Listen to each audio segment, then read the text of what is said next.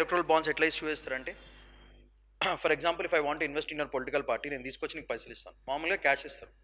Cash ఇచ్చినప్పుడు ఏంటంటే normal rule ఏంటంటే 20,000 పైన ఇస్తే నీ పేరు ఆ పార్టీకి చెప్పాలన్నమాట. బాబు నేను ఇదిగో వీళ్ళు ఇంత పైసలు ఇచ్చినారు, 20,000 కంటే పైన ఇచ్చిన వాళ్ళందరి లిస్ట్ ఉంటుంది ప్రీవియస్గా. ఇప్పుడు ఏమైపోయిందండి, ఎలక్ట్రల్ బాండ్ సిస్టమ్ వచ్చిన తర్వాత ఈ పేర్లేమో బ్యాంక్స్ కలెక్ట్ చేసుకుంటాయి ఎవరెవరు ఎంత పైసలు ఇచ్చినారు అనేది. ఇప్పుడు ఎలక్ట్రల్ బాండ్ ఇష్యూస్ స్టార్ట్ అయిపోయిన తర్వాత ఏమైపోయిందంటే ఎవరు ఎంత ఇస్తున్నారో అనేది వాళ్ళ పేరు డీటెయిల్స్ ఎక్కడికి మెన్షన్ కావు. దానివల్ల మొత్తం అంతా గోల్మాల్ అవుతుంది. So keep that in head. So to avoid such kind of problems what we are doing is, please think of this. So ఏంటిది ఇష్యూ? సుప్రీంకోర్టు రీసెంట్గా బ్యాన్ చేసింది. Very good. Why? Because it has become a legal way of corruption. That is a problem. So mysterious source, ఎవరెవరు ఎంత ఇస్తున్నారో తెలియదు కాబట్టి it is a mysterious source.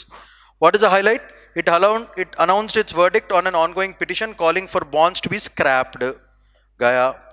The scheme has been under scrutiny and the top court in November said that bonds put a premium on the opacity. So, and it will be misused for money laundering. So, ఏమవుతుంది, నా దగ్గర black money ఉంది, నేనేం చేస్తానంటే ఒక political పార్టీకి ఇస్తా, వాళ్ళు వాడుకొని మళ్ళీ ఫైనల్గా నాకు డబ్బులు ఇస్తారు.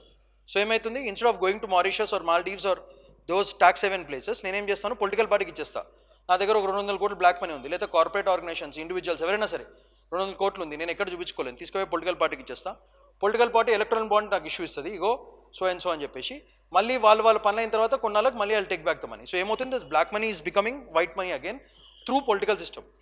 This is called legalisation of corruption. అది మనం మర్చిపోకూడదు. Okay, keep that in head. Next, అసలు ఎలక్ట్రల్ బాండ్స్ అంటే ఏంటిది? They are nothing but bearer bonds like currency notes. Denominations ఏమేమి ఉంటాయి? 1,000 rupees denomination, 10,000 rupees denomination, 1 million denomination. ఇట్లా ఆల్ దీస్ మనకి 100 రూపాయల నోటు ఇట్లా నోట్స్ ఉంటాయి కదా, అట్లా 200, 300 నోట్స్ ఉంటాయి. So they can be purchased by individuals, groups or corporate organisations. And what they can do is they can donate to the political party of their choice. And that too free of interest. Interest కూడా ఇవాళ కట్టాల్సిన అవసరం లేదు.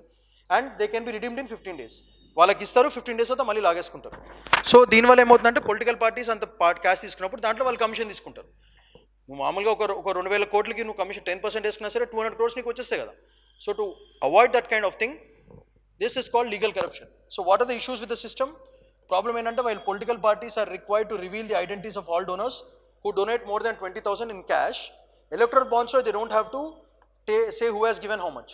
So, since their introduction, the EBs have become a primary method of political funding. 56% of all the political fundings are happening from electoral bonds. So, the ability to donate money anonymously has made the extremely popular. And దీని వల్ల ఏమవుతుందంటే secrecy ఎక్కువ అవుతుంది.